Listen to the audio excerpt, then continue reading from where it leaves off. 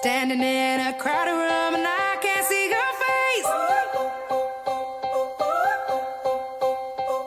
Put your arms around me, tell me everything's okay. In my mind I'm running around a cold and empty space. 오늘 저를 부르는 이유가 이게 지금까지 비용 문제만 이야기했었잖아요. 근데 이렇게 비용 문제만 해결한다고 애 낳을까 아까 이야기도 해주셨고 이제 그래서 등장하는 개념이 충분 조건, 요 개념이고 그래서 그걸 다른 말로 하면 삶의 만족도 또 한편으로 또 이야기하면 성평등이다라고 이렇게 말씀을 하시는데 제가 그냥 여쭤보면 여기 계신 분들 특히 아빠들 이게 육아에 참여하고 계십니까? 저 진짜 궁금해요. 예. 다들 바쁘신 분들이시잖아요. 예. 어느 정도로 동참하고 계신 먼저 거예요? 얘기하세요. 전 육아휴직 썼다니까요. 회사에서 2번 내지 3번째.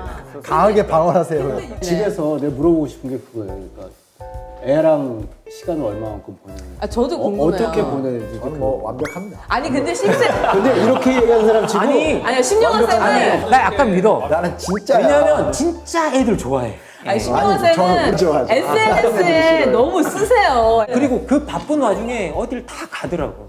왜냐? 아침과 자는 시간은 거의 제가 다 책임져요. 아 진짜요? 근데 여기 중요한 게 뭐냐면 꾸준히 해야 돼. 그러니까 절대 시간은 사실 저도 사회할 때 많으니까 와이프가 많이 하는데 그럼에도 불구하고 아침에 일어나서 아침 차려주고 세수하고 머리 빗겨주고 보내는 거 이거는 제가 특별히 출장이 있지 않나면 월요일부터 일요일까지 다 해요. 근데 그거를 한 10년 하니까 애들과 유대 관계가 정말 좋아. 엄청 좋아지고. 아니 이거를 규칙적으로 하시기가 사실 되게 어려운 그치, 건데. 그럼요. 모성애는 자연적인 것 같고 부성애는 마치 없는 것처럼 얘기하지만 아니라는 거야. 그건 아니에요. 저희도 아니에요. 이렇게 하다 보면 부성애가 모성애보다 더 뜨거울 수도 있는 거고 그럼요. 그런 부분에서 이제 양적인 부분도 중요하겠지만 제일 싫은 게 이거예요. 옛날 보면 내 친구들도 너무 피곤해. 나 계속 일하고 싶어. 집에 들어가기 싫어. 그럼 본인이 나중에 버림받을 생각을 못 하는 거야. 그거 맞아요. 그럼 여기서 잘하고 계신 분은 굉장히 자랑처럼 지금 얘기를 하셨거든요. 저도 6개월만 잘하는 게 중요한 게 아니야. 인생은 길어. 저는 진짜 궁금한 거 이 책을 쓰신 교수님. 이 책을 쓰신 교수님은 어떻게 지내고 계십니까? 진짜. 아니 한번 솔직하게 말씀해 주세요. 나는 솔직하셔야 돼요. 솔직하셔야 돼요. 거짓말하시면 안 돼요.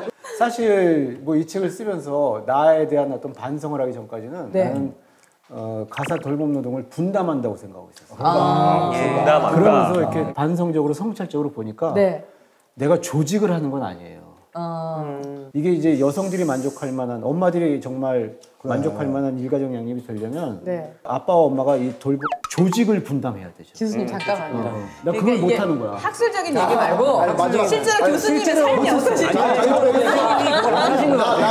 연락을 못 하신 거야. 아니야. 그래서 그러니까 난 50대 50이라고 생각하고 살았어요. 남들이 봐도 그랬고. 근데 그게 더 제 배우자로 뿔나게 했던 거예요. 그렇지 않았던 남들이 보기에 똑같이 하는데 그러니까 남들이 보기에는 이제 엄마 좋겠어. 맞아. 그치. 더 짜증나는 것이 이제. 이 조직의 부담을 온전히 자기가 가지고 있었던 건데 이거 쫓겨났어요. 그러니까 나는 다 하고 있는 것 같은데 왜 나한테 저런 시그널을 주지? 그러니까 쌌을 거 아니에요. 그래서 어느 순간 나는 솔직히 담백하게 이야기를 무슨 한다. 말씀인지 알겠어요. 라고 했다가 쫓겨났다. 이게 어떻게 느껴지냐면 적극적으로 가담 안 하는 것처럼 느껴져요. 근데 내가 다 짜놓으면 내가 얘기하면 움직이는 거죠. 맞아요. 딱 그 얘기 들었어. 그게 가장 대표적인 게 이게 어떻게 보면 와이프가 다 이렇게 스케줄 됐어. 짜서 보내잖아요. 됐어. 마무리 어떤데요? 잘못했습니다.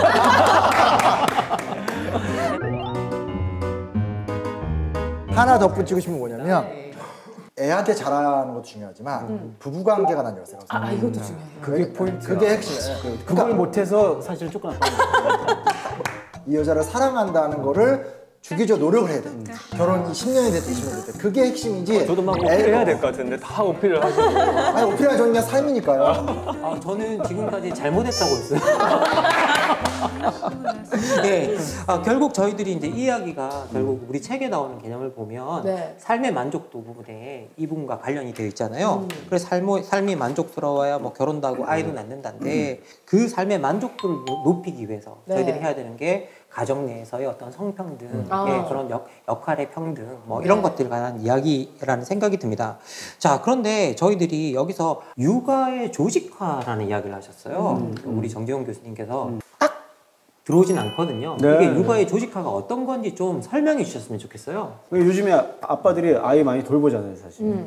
근데 아빠가 아이의 전반적인 시간의 흐름이라든지 뭐 동선 이걸 파악을 해서 아이를 돌보고 아이랑 노느냐.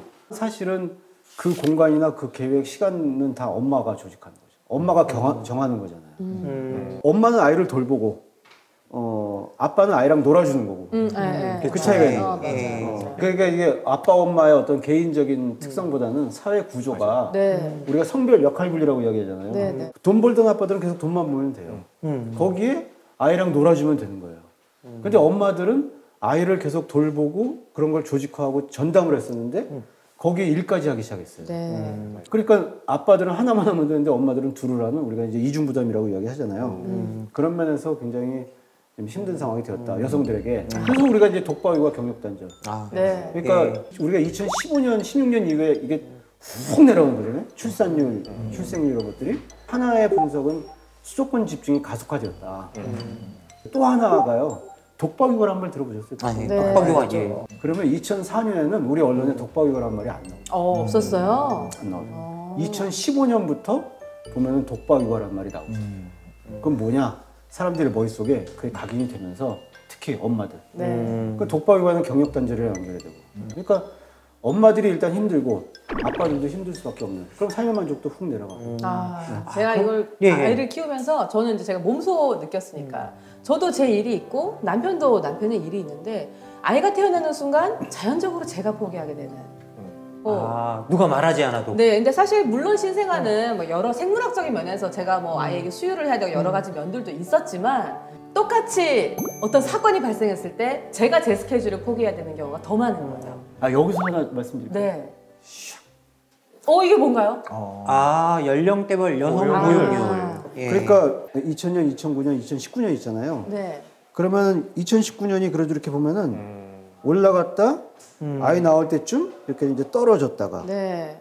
이제 다시 올라갔다가 네. 요게 약간 좀 완화가 되죠. 네. 근데 어쨌든 기본은 M자형이에요. 네, 맞네요. 예. 알파벳 이거 M자네요. 이제 이게 경력단절을 했다가 다시 취업을 할 경우에 정규직이었는데 비정규직이 된다.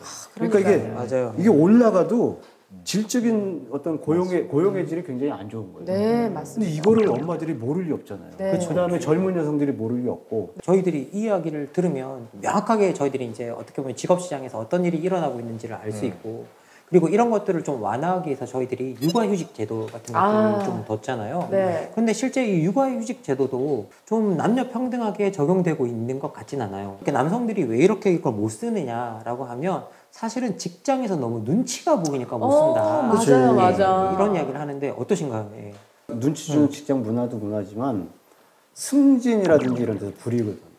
그렇죠. 근데 그 승진이라는 게 결국 이제 연봉에 연결되는 거고. 네. 그런 것들이 굉장히 장애인. 그게 큰 것 같아요. 저도 육아휴직을 선택할 제일 큰 고민은 뭐였냐면은 일단 제처는 육아휴직을 먼저 시작을 했어요. 네. 경력 단절이 일어났죠. 네. 저는 그게 없었단 말이에요. 그리고 주변들도 육아휴직을 해본 사람이 없기 때문에 육아휴직이 힘들거나 모르는 거예요. 육아휴직에서 어떤 과정을 거친다는 것들. 하지만 그때 육아휴직을 할 때 이제 크게 제처랑 이제 공감했던 이 친구도 우리 가족을 위해서 경력 단절을 하면서 가정을 품었고 나 역시도 그걸 해야 된다고 생각했죠. 그리고 그 시간이 굉장히 좋은 시간 남았거든요. 그러니까 설레가 없었기 때문에 그 선택이 더 쉽지 않은 게. 그 주변에서 그걸 선택하는 사람이 또 많지 않으니까 네. 오히려 용기를 낼 수가 없고 네. 내가 저걸 선택하는 게 정말 옳은가 이렇게 생각해 보게 되는데, 근데 조선시대에도 육아휴직이 있었답니다. 그래요? 진짜요? 맞나요? 아니 이게 그런 게 이제 과장된 전형적인. 역시 또 이렇게 가는구만. 이건 좀 정확히 말씀을 드릴 필요가 있습니다. 네, 중요합니다. 이럴 때 나오는 왕은 항상 정해져 있습니다. 예. 세종대왕이겠죠. 세종실록 1434년에 이제 4월 26일에 이제 이 기록을 보게 되면 쉽게 말하면 이제 그 경우에 여종이 임신을 하거나 뭐 이럴 경우에는 뭐 100일 이상 휴가 줘라 이런 기록들이 있어요. 제가 이 얘기를 왜 이렇게 저했냐면 네. 이런 이야기들이 그 이후에 어떻게 진행됐는지에 대한 연구도 없고 파악도 힘들어요. 업적이라고 얘기는 하는데 그게 그럼 구체적으로 어떻게 운영이 돼서 지역 공동체로 어떻게 바뀌었느냐 여기로 갈 때 사실은 이야기하기 좀 그런 거예요. 다만 뭐가 있냐 이런 거죠. 조선은 어찌됐건 이제 조선이 그 고려와 다른 거는 성리학 문화가 들어오면서 물론 성리학하면 이제 여성들 입장에서 너무 고루한 사상이긴 하지만 네. 그때 시기로 보게 되면 소위 말하는 이제 그냥 권력 있다고 첩두고 근친혼하고 이런 게 아니라 이제 일부 일처제로 나아가야 된다. 이제 가족이 중요하다는 가치관 체제로 가는 시간이거든요. 물론 이제 그게 한계는 있지만 네, 그래서 네. 사실은 조선으로 들어오면서 정말 이렇게 열심히 가족을 꾸려야 된다는 이유가 많아졌기 때문에 19세기 때 선교사들의 기록을 보면 가장 놀라는 게 뭐냐면 이 나라를 와보면 너무 특이할 정도로 아이들이 이뻐한다. 아이들이 예뻐한다. 할아버지들이 자기 손주랑 놀고 가족 전체가 애를 챙기고 하는 문화는 서양 선교사들 입장에서 너무 신기한 거예요. 그런 거 있는 거죠. 그러니까 지금 얘기를 제가 들으면서 느끼게 된 건 가치관의 영역이 있는 거예요. 선생님이 말씀해 주신 제도나 시스템의 영역도 있지만 지금 중요한 건 정신적인 어떤 합의의 문제도 저는 있다고 생각하거든요. 그런 부분에서 저만 해도 그래요. 남자들은 위계를 좀 중요시 여기고 집단을 중요시 여기고 또 그 안에서 나의 만족감을 되게 중요시 여기잖아요. 그러니까 의리, 뭐 친구 이런 걸 따지는데 그거에 조직 문화가 익숙해졌기 때문에 여기에 나의 존재감이 있는데 그걸 내려놓고 가족의 육아에 참여하라. 이게 사실은 현재적 문화로 쉬운 게 아니거든요. 그럼 이제 지금은 상황이 바뀌었기 때문에 지금에 맞는 아주 그 성평등적이고 네. 새로운 형태의 윤리관 이 세계관을 사회적으로 합의를 못 해내 가면 아무리 제도로 이거를 뒷받침을 해줘도 이 부조화 현상은 저는 계속 일어날 수 있다는 거죠. 그런 부분에서는 조선시대도 이렇게 비교해 볼 건 있다. 네. 이 정도로 제작진과 합의를 보겠습니다. 여러분은 폭발적인 역사학자 심용원의 강의를 들으셨습니다. 네. 그런데 진짜 그러면 육아휴직을 썼을 때 우리가 말하는 소위 출산율이나 출생률에 영향을 진짜 미치는가에 관한 이야기도 또 있을 거잖아요. 궁금하다. 예, 거기에 대해서 이제 박 기자님께서 관련해서 취재를 또 팩트가 있군요. 경험이 있죠. 저희도 예. 제 온 역은 정확하게 팩트를 전달하는 네, 게 네. 저희가 팩트 체크를 해봤습니다. 과연 그러면 이 육아휴직이란 게 출생률에 영향을 미쳤는가? 두 가지식으로 말씀드리면은 영향을 미쳤다입니다. 대체로 영향을 미쳤다. 왜냐하면 육아휴직을 하면서 사회적인 인식 전환이라고 말씀드렸죠. 남편이 와이프에 대해 삶을 알게 되는 거예요. 자신의 자식에 대해 삶을 알게 되는 거예요. 네. 그동안은 그래. 나의 인생은 회사에 있었어요. 네, 포커스가. 근데 육아휴직을 하면서 그냥 내 와이프가 배우자가 집에서 애 보는 거 어려운 거 아니잖아 라고 생각했는데 막상 해보니까 네. 너무 어려운 거예요. 네. 이거는 내가 쉬는 시간 단 1분도 없고 나의 퇴근 시간이 없는 거죠. 네. 나의 퇴근 이후 계속 육아가 유지되는 거예요. 근데 이걸 몰랐던 거예요. 그러니까 이런 공감대와 인식의 전환들이 영향을 미치고 있었던 거예요. 그래서 육아휴직을 쓴 사람들은 자녀를 대하는 태도와 가치관과 생각이 다르고 그런 부분에서 확실하게 출산과 출생에 더 긍정적인 영향을 미치고 있는 걸로 저희가. 그러면 이렇게 해외 그거 사례를 취재해 보셨을 때 네. 해외의 경우는 이제 육아휴직을 어떻게 쓰고 있나요? 그 잘된 나라로 대표적인 육아휴직을 아주 잘하는 게 스웨덴의 케이스를 볼 수 있어요. 네. 맨날 스웨덴이야. 재미난 얘기는 스웨덴에 너무 많은 한국인 취재진들이 온답니다. 한국인 국회의원도 엄청 많이 온다. 진짜? 국회의원들이 와가지고 계속 물어본대요. 어떻게 육아를 반대해요? 짜증나겠다. 그리고 뭔가를 말을 해주면은 다들 똑같은 말로 우리는 안 되겠네요. 왜냐면 너무 복합적이니까. 그렇지. 예, 어쨌든 그 스웨덴이 잘하고 있는 사례를 봤을 때 어떻게 육아휴직을 하냐? 스웨덴은 라떼 파파라고 혹시 이야기를 들어보셨어요? 또 아주 뭐예요? 유명한 거죠. 예. 라떼? 유모차를 끌면서 커피를 한 잔 커피를 들고 유모차를 들고 있는 남자들을 말하는 겁니다. 스웨덴 도착해서 스톡홀름 시내를 봤는데 정말 50% 눈에 흔해요. 남자들이 유모차를 끌면서 커피를 마셔요. 남자가 육아에 같이 하고 있는 거예요. 그리고 육아휴직을 의무화되어 있습니다. 그리고 육아휴직을 쓰는데 불합리한 게 없습니다. 예를 들어서 우리 아기가 아파요. 그러면 나 애가 아파 집에 가야 돼. 회사 오케이. 불이익이 없어요. 네. 마찬가지 이런 게 사회 전반에 깔려 있는 게 스웨덴의 사회 공동체가 그렇게 커 있었던 거예요. 육아휴직이라는 단어를 남자와 여자 나눈다 개념 자체를 없애버려요. 개념 자체가 없다. 자연스러워진 거구나. We're 1,000 miles in comfort. We have traveled land and sea. But as long as you are 지금까지 육아휴직에 대해서 이제 뭐 효과에 대해서 저희들이 이야기를 했는데 사실 또 이 이야기는 결국 결혼한 부부에 관한 이야기들이잖아요. 네. 예. 그런데 조금 우리가 범위를 넓혀서 앞으로 결혼도 하고 뭐 출산해야 되는 어떤 주체들이 우리 청년들인데 네. 그들의 삶의 질이 좋아야 이거 너무 중요해요. 책에 보니까 교수님께서 성애의 나라라는 걸 통해서 아주 잘 설명해 주고 성애의 계시는데 82년생 김지영이 있다고 한다면 네. 92년생 성애가 있다. 영화 제목은 성애의 나라라는 영화인데 네. 82년생 김지영은 그래도 결혼도 하고 경력 단절했지 아이도 낳고 경력 단절했지만 다시 뭔가를 해보려고 시도를 92년생 성애는 내지는 90년대에 태어난 성애는 아무것도 안 하는 거예요. 그렇죠. 모든 게 희망이 포기된 이런 상태들. 그러니까 취업에서 어렵죠. 뭐 주거 당연히 어렵죠. 관계에서 어렵죠. 근데 저런 것 같아요. 롤 모델이 사라진 거예요. 그러니까 부모들이 우리 이제 자연스럽게 살아온 어떤 과정, 결혼하고 아이 낳은 과정. 근데 그 부모들의 모습대로 지금은 살 수 없잖아요. 그러니까 내가 사람을 만나고 아이를 낳고 이렇게 살아가는 순간 내 생활이 어떻겠다라는 게 이제 그게 행복으로 이어지는 네. 내지는 최소한 행복까지는 아니더라도 내가 저 감당할 수 있겠다. 맞아. 감당할 수 있겠다라는 그 롤 모델이 안 보이니까 이제 희망의 끈이 사라진다. 사실 지금 젊은 세대들은 자기 인생이 이제 국가적 가족보다는 훨씬 중요한 네. 거잖아요. 그런데 이제 여전히 우리는 뭐라고 이야기하느냐? 국가가 도와줄 테니 아이를 낳아라. 그러니까 라는 식의 정책은 그렇게 얘기하죠. 예, 뭐 그런 식으로만 이야기를 하고 있는 어떤 한계가 좀 보이는 것 같아요. 그래서 이 이야기를 좀 당사자들한테 들어보는 건 어떨까 싶어서 그 당사자 한 분을 초대했습니다. 네. 진짜? 예. 그 초대 손님을 지금 맞도록 하겠습니다. 예. 안녕하세요. 반갑습니다. 네, 안녕하세요. 스튜디오의 분위기가 약간 살짝 달라진 것 같습니다. 씨가 나가셔야 돼요.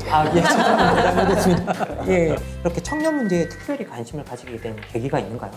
처음에 청년을 위주로 하겠다라고 했던 건 아니었고요. 제가 꿈을 되게 중요하게 생각했는데 꿈을 사실 이루다 보면 내가 직업 자체가 꿈이 되기도 하잖아요. 그럼 내가 일을 하면서 좀 행복했으면 좋겠는데 그럼 이제 일터 문제와 이제 청년의 문제가 좀 일맥상통하다 보니까 그렇게 활동을 하게 됐습니다.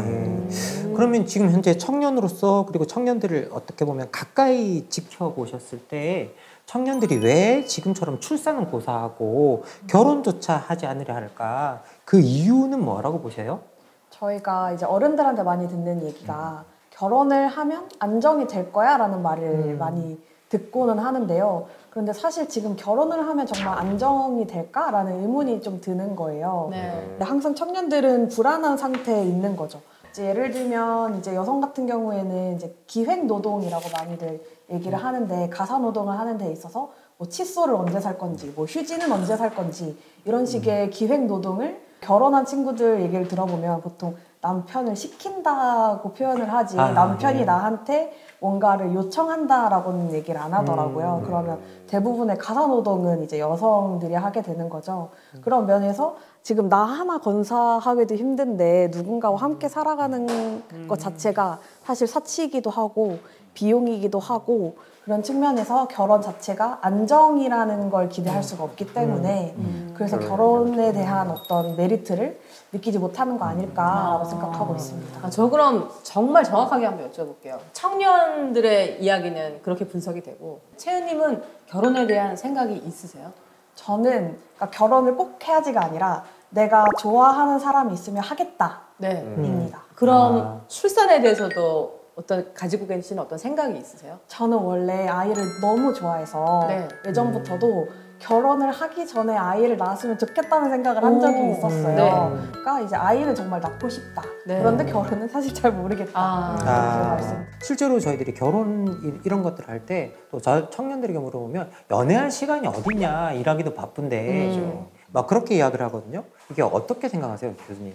뭐 당연한 결과라고 볼 수도 있겠죠. 근데 이제 문제는 노동 시간 자체가 긴 것도 문제인데 자신이 생각하기에 조금 더 나은 어떤 그 노동 시간의 질을 보장할 수 있는 일자리. 욕구가 벌써 여기까지 와 있는 건데. 근데 그 과정에서 우리가 생각하는 가족 생활에 있어서 롤 모델은 없고, 사회에서는 정답을 딱 정해놓고 남자를 만나게 되면은 이러이러한 건 네가 마땅히 알아서 해야 돼. 남자한테는 또 너는 여자를 만나면은 맞아. 예, 너 이 마땅히 이렇게 해야 돼. 네. 정답을 정해놓는 사회라고 그럴까? 맞아요. 답은 정말 여러 가지가 있는데. 맞아요. 그러다 보니까 이런 관계의 문제가 이 일의 문제보다는 뒤로 계속 밀리게 되는 거죠. 뭐 그런 조사가 있어가지고 막 시끌시끌했었는데 한국 사람에게 이제 삶의 의미를 주는 것. 그러면 이제 다른 나라들은 가족이 쫙 나오는데 네. 맞아요. 예, 우리나라는 뭐 가족이 한 3등 나왔다고 그랬는데요. 예. 그거보다 더 중요한 게 다른 나라는 그래도 3, 4등에 친구가 있어요. 아, 우리 친구도 없어요? 우리 친구 아예 없어요. 야 이거 우리는 이 관계는 어쨌든 뒤로 밀리는 거구나. 네, 네. 아니 그러면 이게 저희들이 성평등 부분에 대해서 이제 어떻게 보면 좀 이야기하면서 노동시간, 성평등 이런 것들이 좀 다 압박이 되고 결혼을 한다, 아이를 낳는다고 했을 때 상당히 이제 문제가 될 거다라고 이야기했는데 정작 이제 여성이나 청년으로서 현실적으로 이제 정말 걱정이 되는 건 이런 거다. 지금 이야기했던 거 외에도 어떤 게 있나요? 그러니까 출산을 한다고 했을 때 내가 이 직장에 계속 다닐 수 있을까?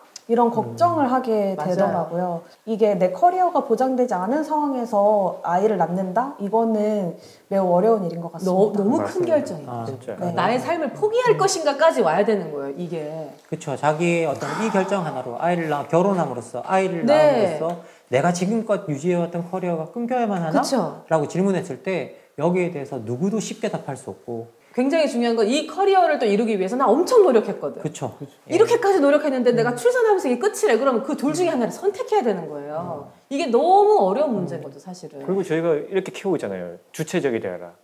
주동적인 삶을 살아라. 너의 삶을 살아라. 어릴 때부터 계속 그렇게 키워왔기 때문에 스스로가 이제 그 가치가 부족해서 내 삶에 네, 제일 네. 만족하는 거는 맞아. 이 선택지라는 걸 선택을 할 수밖에 없는 거죠. 맞아. 정말 어떻게 보면 그런 어려운 선택을 해야만 하는 청년 세대인데 결국은 이 청년 세대들이 상당히 어려운 상황이 있다는 걸 전부 다 아니까 다양한 이제 청년 대책을 세우곤 있어요.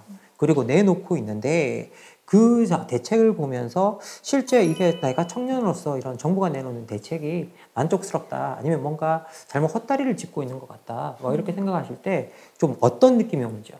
저는 확실히 헛다리를 짚고 있다고 생각합니다. 그렇죠.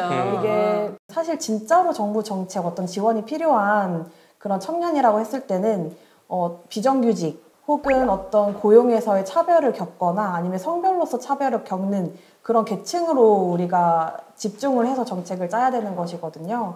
그런데 그런 집중 없이 육아휴직을 할 수 있는 청년들을 대상으로 하다 보니까 그거는 출산율을 높이기 위한 청년 정책으로밖에 안 보인다. 네.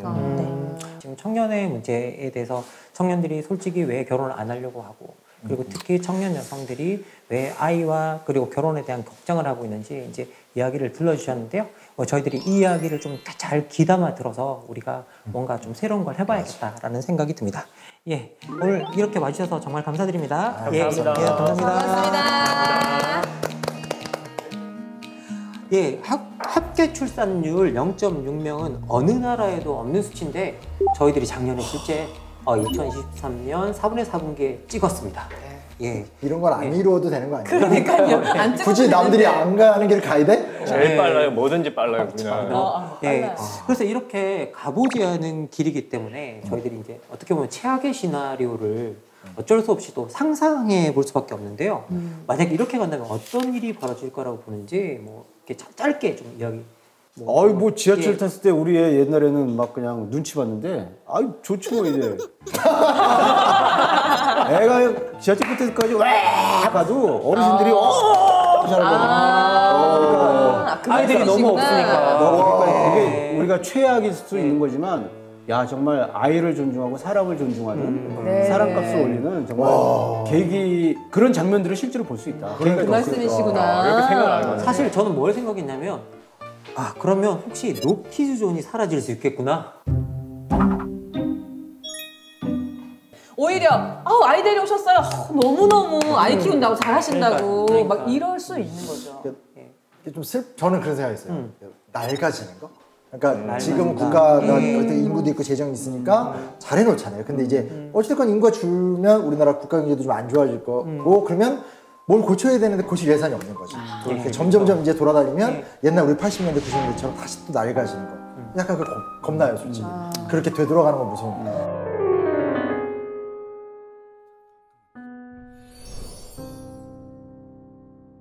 저는 우리나라가 이제 더 다문화 국가로 완전 바뀔 것 같아요. 지금은 유교적 국가로 단일 민족이지만 더 이상 인구가 안 나오고 노동력이 없기 때문에 이민자라든지 이렇게 외부에서 들어오는 사람이 더 늘어나서 우리 한 구성원으로 자리 잡고 살 것 같아요. 잘 받아들일 수 있을까요? 쉽지 않을 것 같아요. 쉽진 않겠죠. 그게 제일 어려운 부분인 것 같아요. 실제로 이제 저희들이 이제 그 이야기를 좀 해볼까 합니다. 예. 실제로 저희들이 우리가 뭐 비용 문제를 해결했다든지 삶의 만족도를 높인다든지 그렇다고 해도 사실 서양의 전례를 보면 이제 우리보다 앞서갔던 전례 사례들을 보면 그렇다고 해서 우리가 알고 있는 뭐 대체 출산율까지 올라간다거나 그런 일이 전혀 없었어요. 여전히 어떤 일정 수준 이하를 유지하게 되는데 그러면 우리가 어느 정도의 인구를 유지하면서 좀 젊은 국가를 만들려고 한다면 사실은 외부의 우리나라를 이렇게 개방하는 수밖에 없어요. 그래서 이제 이민자를 받아들일 수밖에 없는데 그런데 이 이야기를 하면 거부감을 느끼시는 분들이 너무 많아요. 그렇죠. 예, 생각보다 저희들이 많고 근데 하지만 이게 가장 현실적이고도 빠른 대응이다. 우리가 뭐 독일 사례를 보면 메르켈이 이민자를 그냥 250만이나 한꺼번에 받아들이는 어떤 그런 순간이 있잖아요. 그래서 서양 국가들은 이를 통해서 이제 저출생 문제를 해결하고 있는데 뭐 교수님은 이렇게 서양이 지금 올바른 방향으로 가고 있다라고 생각하시나요? 네, 뭐 한편에서는 그러니까 이 사람들을 받아들여서 자기 나라 사람으로 만드는 것. 그다음에 이 사람들의 아이들을 우리나라 아이들로 만드는 것. 이런 어떤 과정에 있어서 분명히 잘하고 있는 거고. 그런데 이제 아무래도 이 계층 간의 격차가 생기잖아요. 그렇지. 이제 요것들이 이제 금방 해결이 안 된다든지 아니면 순간의 혼란들. 뭐 메르켈도 말씀하셨지만 그래서 독일의 극우 정당이 득세를 한다든지 이제 이런 어떤 사회적인 과제. 그래서 사실은요 옛날에 복지국가 공부하던 사람들이 항상 하던 얘기가 복지국가 그러면 가장 큰 얘기가 뭐냐? 돈이다. 그랬었는데 요즘은 아니다. 인구학적 요인이다. 인구학적으로.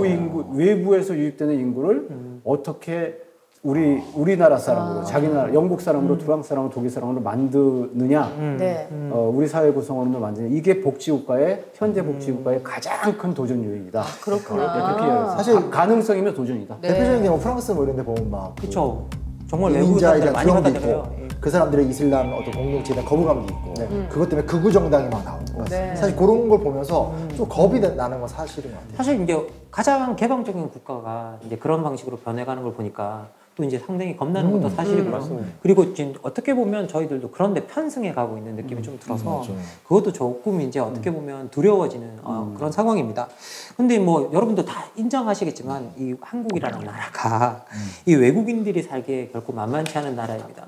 자꾸 TV에 나오는 외국인들 보시고 우리나라가 뭐 이렇게 개방적이고 이렇다고 생각하시지만 사실 뭐 난민 인정률 같은 거 보면 3%도 안 되는 나라거든요. 가장 이제 외부의 개방률이 낮은 나라 중에 하나인데요. 그러면 외국인 눈에서 바라본 대한민국은 어떨까? 도대체 어떤 것이 달라져야 할까 좀 궁금합니다. 그래서 심지어 한국에서 육아 중인 분이십니다. 육아를 하고 있습니다. 모든 조건을 다 하셨네요. 다 갖고 있습니다. 그래서 그 특별한 손님을 오늘 여기에 초대하도록 하겠습니다. 누구시죠? 안녕하세요. 안녕하세요. 반갑습니다. 키가 커요. 저 키가 작아요. 다행이에요. 같이. 안녕하세요. 반갑습니다. 네, 너무 환하게 들어오시네요. 갑자기 그냥 밝아지는데?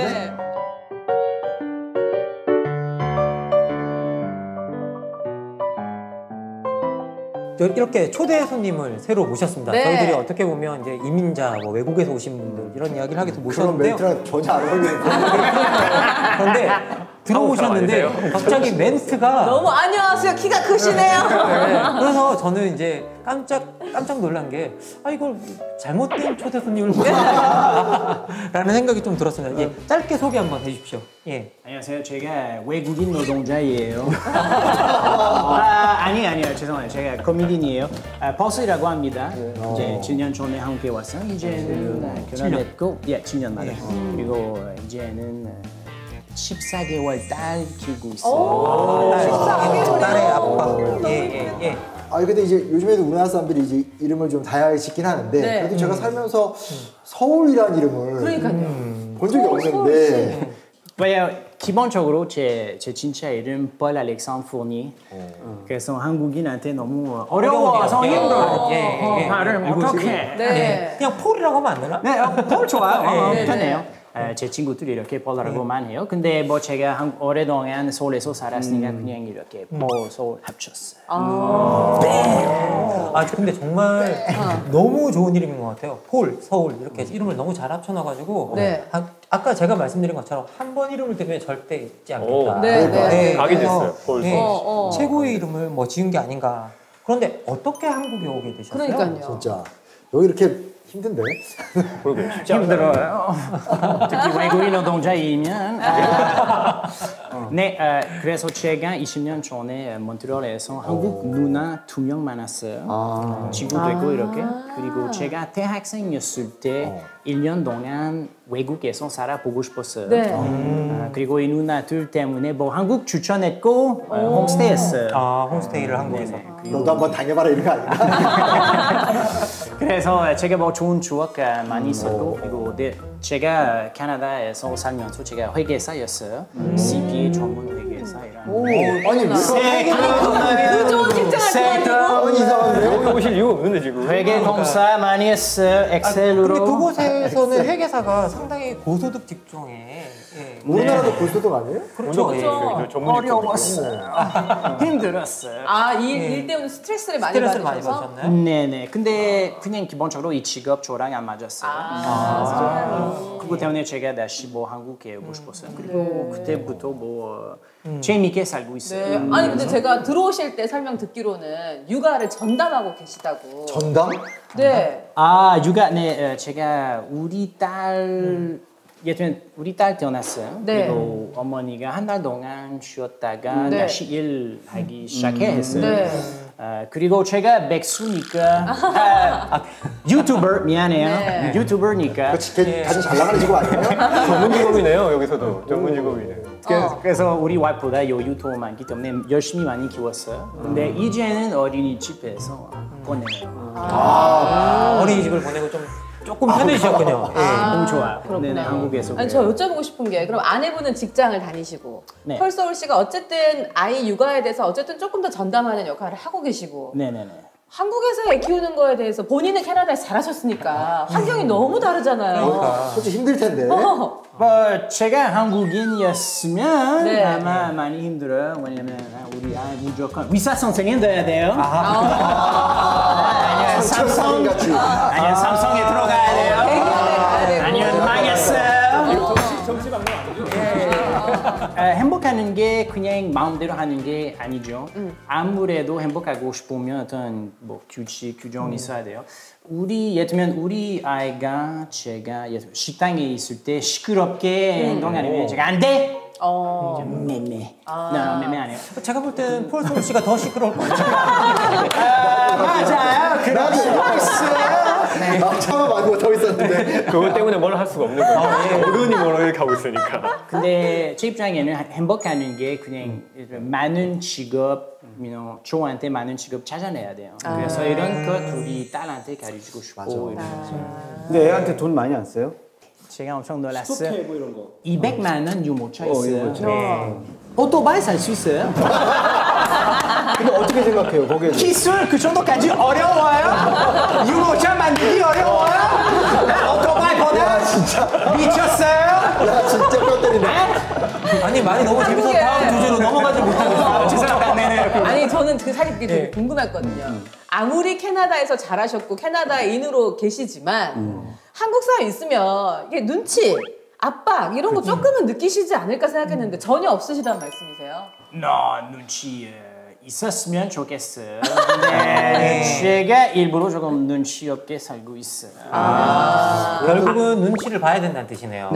눈치 봐야 돼요. 근데 제가 외국인이니까 사람들이 어느 정도 뭐 착해요. 아니면 용서 많이 해줘요. 아마 우리 딸한테 좀 헌혈이니까 아마 힘들 수도 있어요. 모르겠어요. 제가.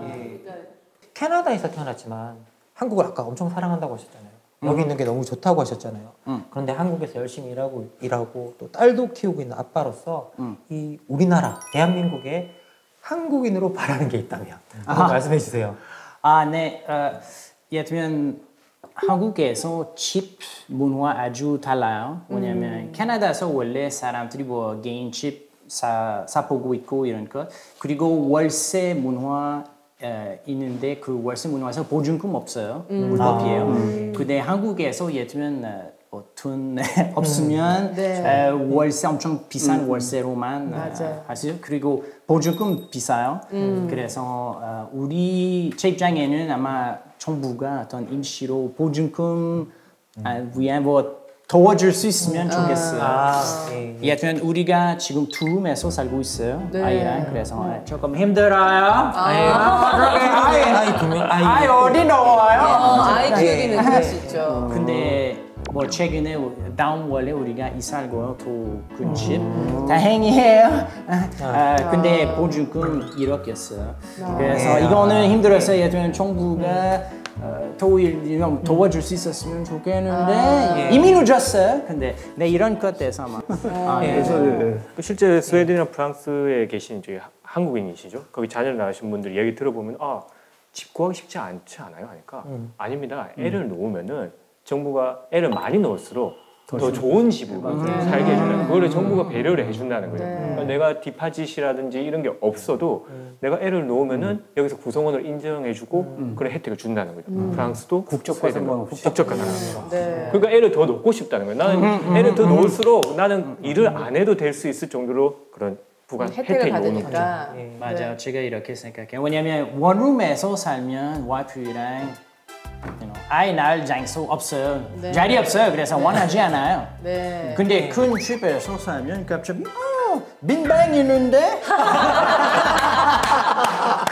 빈방 있는데? 애기 있었으면 맞아요. 무슨 말인지 알겠어요. 단순히 이게 방의 숫자가 아니라 내가 좀 삶이 여유 있다고 느껴지면 아이를 키우고 싶은 생각이 더 들게 되죠. 맞아요. 그리고 이제 어떻게 보면 우리가 공간적으로나 이런 것들이 여유가 있을 때 마음도 또 넉넉하고 그렇죠. 어떤 그런 측면도 있습니다. 오늘 폴 서울 씨 모시고 너무 재밌는 이야기 나눴는데요. 즐거운 대화 이렇게 해주셔서 감사드리고요. 폴 서울 씨 보내드리고 계속 이야기 이어가도록 하겠습니다. 감사합니다. 구독하겠습니다. 구독. 감사합니다. 너무 감사합니다. 잘 가요. 너무 재밌으시죠? 너무 재밌으시죠?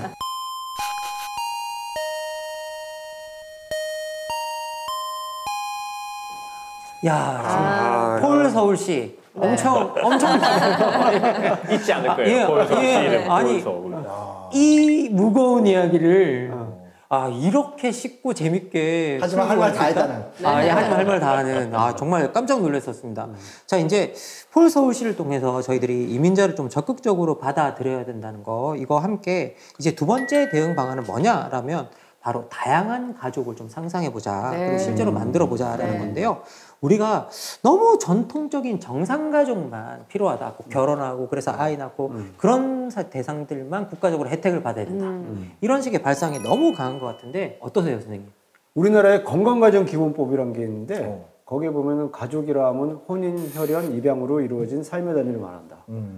그러니까 벌써 이제 딱 가족의 모양새가 정해져 있는. 결혼해서 아이를 낳든지 결혼해서 아이를 입양을 하든지 이제 이런 어떤 정상 가족이 딱 정해져 있다 보니까 뭐 OECD 회원국 중에 한국은 비혼 출산율이 100명 중에 뭐 2명에서 4명이다. OECD 평균은 40명이 넘어간다. 엄청 차이나네. 프랑스는 60명이다. 프랑스는 이해가 돼요. 스웨덴도 60명이다. 독일 35명이다. 그런데 그게 그 사람들이 그럼 혼인을 경시해서는 아니다. 그렇죠. 좋으니까 먼저 살아보고 살다 보면 아이 나올 수 있고 그 다음에 결혼하는 거예요. 그쵸. 네. 그러니까 자연스러운 어떤 그 인생의 경로를 경험하면서 또 그러다 보니까 삶의 형태도 다양해지는 거고. 근데 우리는 딱 정상 가족. 예, 이제 여기에 이제 얽매여 있다 보니까 젊은이들이 내 삶을 그 실험해 볼 수 있는 그렇죠. 예. 그런 가능성이 또 박탈당하는 거죠. 그리고 실제 정상가족도 만드는 순서도 정해져 있어요. 그러니까. 그러니까 결혼하고 난 다음에 또 나와야 된다. 네. 예, 아이들도 낳아야 되고. 맞아요. 그러니까 그 순서마저 정해져 있으니까 이게 너무 좀 빡빡한 사회라는 생각이 드는데 이 박대목 기자님 프랑스 포함해서 이제 해외 비전통적 가족에 대해서 어떤 정책을 펼치고 있는지 뭐 조금 잘막하게라도 소개해 주십시오. 일단 해외에는 비전통, 전통 가정의 구분 자체 개념을 두지 않습니다. 그렇겠죠. 그러니까 아이를 낳으면 주 양육자가 누구야? 그게 남자든 여자든 남남 커플이든 여여 커플이든 혼인을 안 했던 커플은 주 양육자가 있으면 그 주 양육자와 배우자의 개념으로 정책을 펴는 거죠. 그러니까 뭐 이렇게 살아야 전통적인 우리 구성원으로 인정이 돼. 이렇게 살아야 우리 혜택을 받아. 이 개념이 없이 너희는 주 양육자가 있으면 애를 낳아. 애를 넣으면 정부가 지원을 해줄게. 그러니까 애를 놓는 거에 대한 걱정이 없어요. 그래서 제가 물었습니다. 그러면은 애 놓는 거에 대해서 부모로서 당연히 걱정을 하고 해야 되는 거 아니냐. 답변이 놀라웠는데 우리는 우리 애를 우리가 책임져야 생각해요. 그거 사회가 책임지는 거야. 애를 키우는 거는 사회가 책임지는 거야. 나는 내 삶을 만족하고 애 행복하게 해주는 거고 애를 양육하고 하는 건 사회가 같이 하는 거라는 모두의 답을 책임인 하더라고요. 거죠. 예. 우리는 사회라는 개념 빼고 있잖아요. 네. 부모로 다 돼 그렇죠. 있잖아요. 그게 굉장히 놀라운 답변이었어요. 그렇네요. 그렇네요.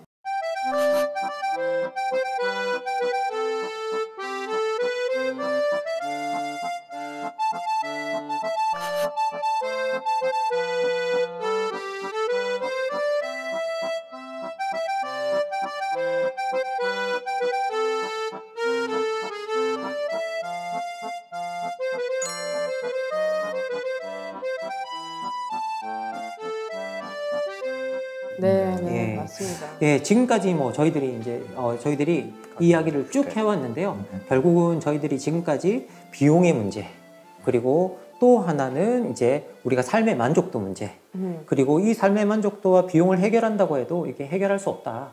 우리가 진짜 이걸 더 해결하고 싶다면 외부에 우리를 개방하고, 그리고 우리가 새로운 가족의 형태를 상상해야 된다라는 이야기를 지금껏 해봤습니다. 사실 책에 보니까 이런 구절이 있더라고요. 네. 제가 이제 여기 적어왔는데요. 위기는 기회다. 위기가 깊을수록 그 바닥에서 올라올 수 있는 희망의 높이도 길어진다. 그야말로 대한민국 대개조 프로젝트를 서둘러야 할 때이다. 임기 몇 년에 연연하지 않고 한국 사회에 희망을 줄 수 있는 훌륭한 정치인들이 나와야 한다. 네. 사실 이 말은 지금 이 문제를 해결하려면 정치가 제대로 해야 한다라는 메시지라는 생각이 듭니다. 뭐 정부가 바뀌고 뭐가 바뀌고에 따라서 어떤 정책들이 변하는 것들이 아니라 일괄적으로 유지될 수 있는 초당적인 협력 체계 아래에서 저희들이 이제 이 미래를 만드는 정책을 가져가야겠다라는 생각이 듭니다. 맞습니다. 예, 오늘 뭐 이렇게 그 한마디씩 마지막으로 짧게 코멘트 해주실까요? 예. 모든 걸 다 내려놓자. 그리고 우리가 살아온 인생을 되돌아보자. 그리고 지금 현재 젊은이들 내지는 변한 욕구, 사회 변화에 맞춰서 내가 나의 무엇이 변해야 될지 한번 생각해 보자. 그리고 실천하자. 뭐 이렇게 말씀드릴 수 있을 것 같습니다. 네. 모든 것을 내려놓자. 네. 네, 상민 선생님? 저는 요즘 저보다 어린 친구들 얘기를 해보면 출산하면 내가 손해다. 이런 생각을 되게 많이 가지고 있어요. 그리고 또 남학생들은 결혼하면 남자가 손해줘. 뭐 이런 아이디어를 많이 가지고 있거든요. 그러니까 어떤 내가 제도권에 들어가는 순간 내가 손해야. 그게 아니라 그건 왜냐면 내가 지금 언니나 오빠나 삼촌들이 사는 걸 보니까 그렇게 보이는 거예요. 그게 아니라 우리도 마찬가지. 지금 우리의 삶이 좀 더 열려있고 풍족하다고 그게 좋아 보이면 누구나 따라하고 싶잖아요. 그쵸, 맞아요. 네. 막 출산한 사람에게만 정책을 줄 게 아니라 혜택을 줄 게 아니라 지금 키우고 있는 사람에게도 전 똑같이 혜택을 좀 더 주고 그래서 어린아이들이 봤을 때 와 나도 결혼하면 애 많이 낳아야지 이런 생각이 들게끔 그런 사회가 됐으면 좋겠다. 예. 네. 뭔가 우리가 좋은 샘플을 보여줄 수 있는 예, 그런 사회가 됐으면 좋겠다. 네. 예, 또 저희가 언론으로서 해야 될 것 중에 하나 사회 비판적 기능도 있지만 지금 너무 이 출생과 관련해서 너무 안 좋은 얘기만 하거든요. 근데 우리는 사회 미담이라든지 따뜻한 소식에 마음이 훨씬 더 동요되고 좋아합니다. 그러면 우리가 긍정적인 시그널을 보여줄 수 있는 보도라든지 이미지라든지 그런 메시지를 많이 전달해 주는 게 필요하거든요. 그런 부분을 저는 우리 사회가 또 많이 해서 사람들이 출산과 출생에 더 넓은 마음으로 들어올 수 있게 해줬으면 좋을 것 같아요. 네, 언론인으로서. 전 선생님 책 읽고 재밌어가지고 막 찾아봤어요. 그랬더니 이제 1930년대 때 스웨덴 미르달 부부가 쓴 인구 위기라는 책을 보게 됐는데 거기 딱 여러 얘기가 나왔지만 두 개가 딱 남았어요. 하나 뭐냐면 우리 스웨덴이 이렇게 인구가 급감하는 이유는 그 문제를 해결할 수 있는 방법은 주택 문제와 학교 교육 문제다.